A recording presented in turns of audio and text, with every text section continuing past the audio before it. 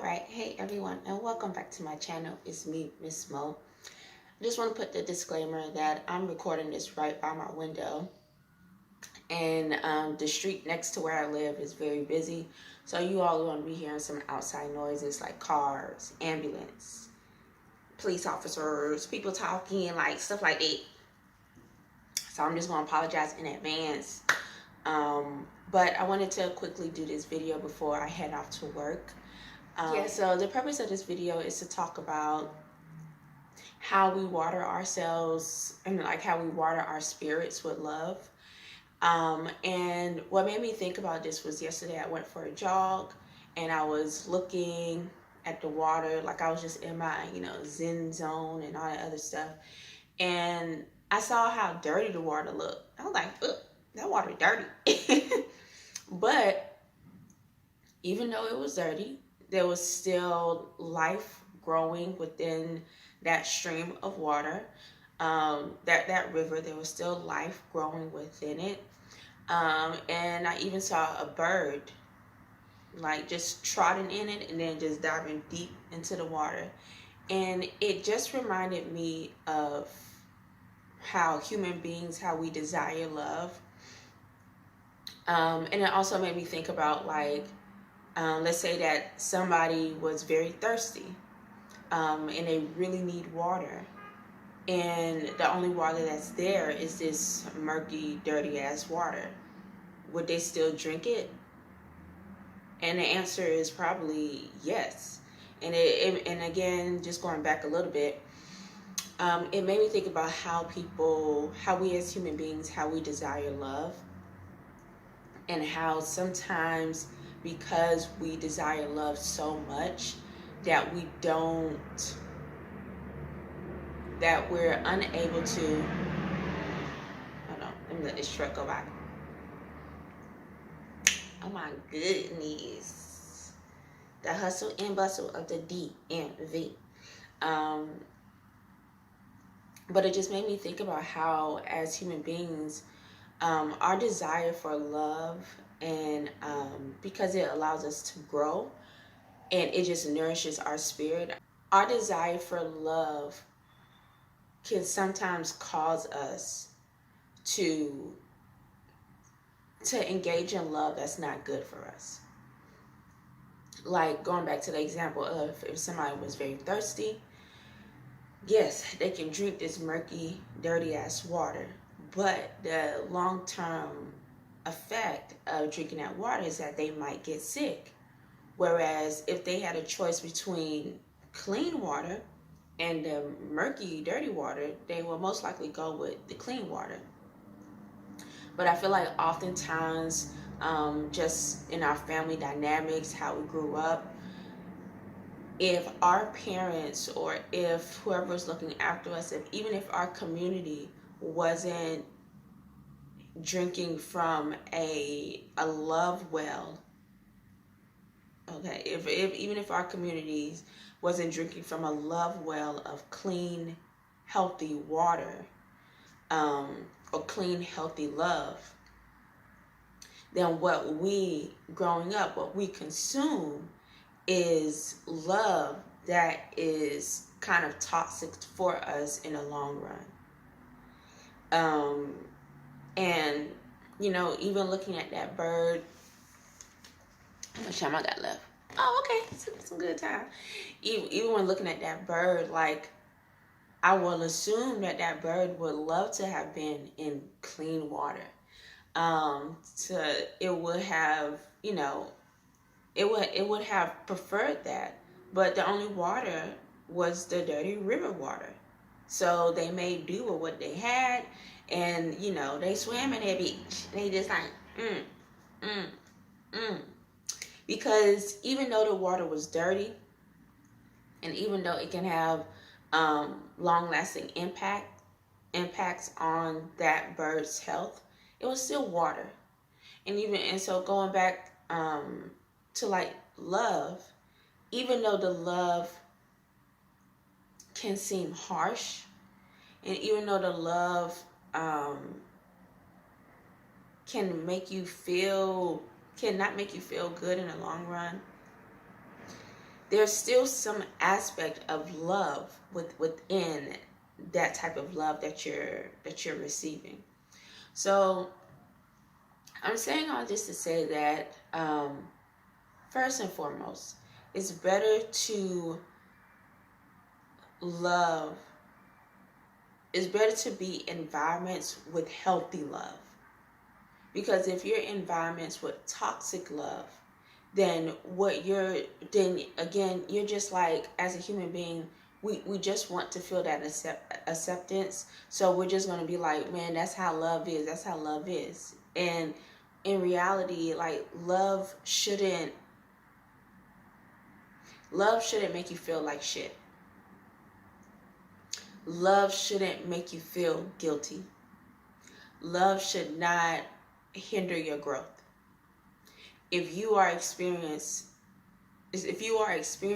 love that makes you feel like shit, that hinders your growth, and I said another thing, but I can't remember. But if it makes you feel bad, then that is toxic love, in my opinion.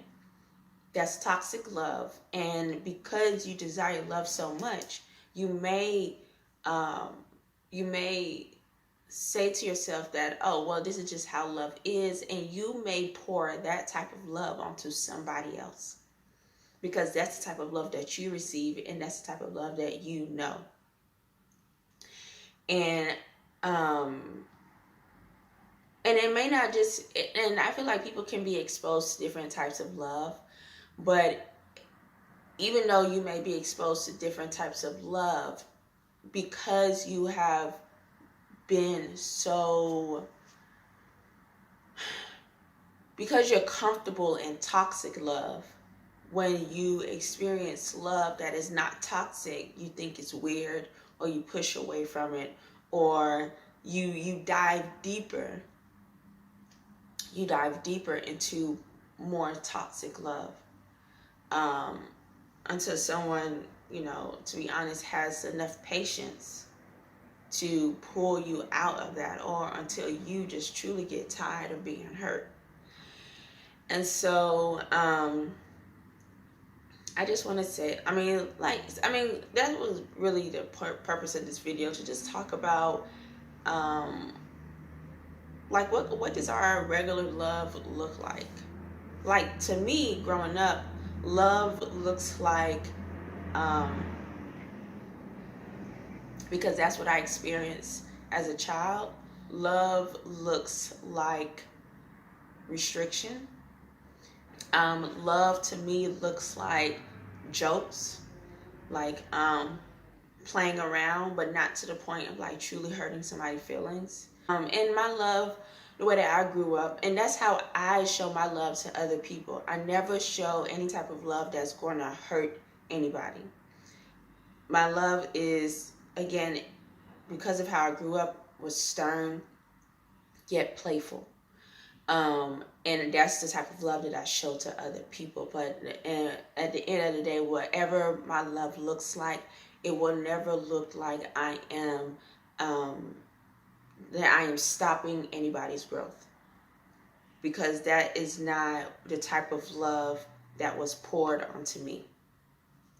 Whereas some people, they are constantly bombarded with people that's telling them that they're not going to do shit, that's trying to control every action that they do, all in the frame of love, because to them, that's the type of love that was poured onto them. So that is kind of like all they know. So I think that, and I say that I think that this can be applied to, if you're looking for like romantic relationships, even if you're looking for friendships, even when you look at your family dynamic, look at how they show their love towards you. Is that the type of love that you need in order to be the best version of yourself? Like, does the way that they love you, and I think the best way to answer that question is, the way that they love you, does it does it stop you from growing? Like, does it make it seem as if you're stuck and you can't do anything, and it's like everything is just, it is what it is, and then not like it is what it is, like just let things be, but it is what it is, as if like you have no voice, no power to make any type of change in your life. And so yeah, so I just wanted to like just make that video because make this video because I was just looking at that bird and I'm like, man, that's some dirty ass water, but that bird is living its life. Like, and I think that like if I was like stuck somewhere and I really needed some water, I'd be like, I know it's dirty, but my throat is parched. Like, I need something. Like, give me something. And again, I just think that that's what it is when, that's how what it feels like when we want to be loved. Like, even if that dude or that chick is extremely fucked up, they are able to quench some type of love thirst that we have to the point where it's just like, you know what, I'll take it. I'll just take it. And what I say to that is,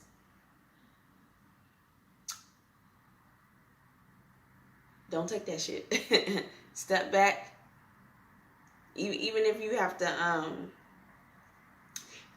to generate your own saliva to get that, to quench the part of that little thirst. Because, you know, plants have water in it. So, you know, maybe the plant, if you chew it, you know, can generate just some little water droplets to you know, to quench your thirst, because you don't want to be drinking from a love well that's that toxic, because you're going to be pouring that type of toxicity to other people that you care about, and you're going to say, well, that's just what love is to me. And it's like, your love hurt.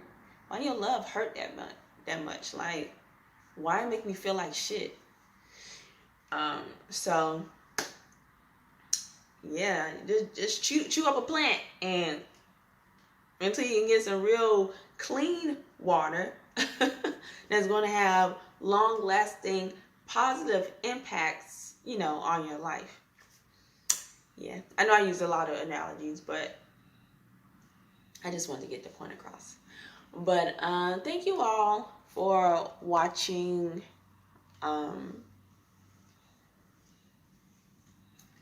Thank you for watching, and I'll see you all next time.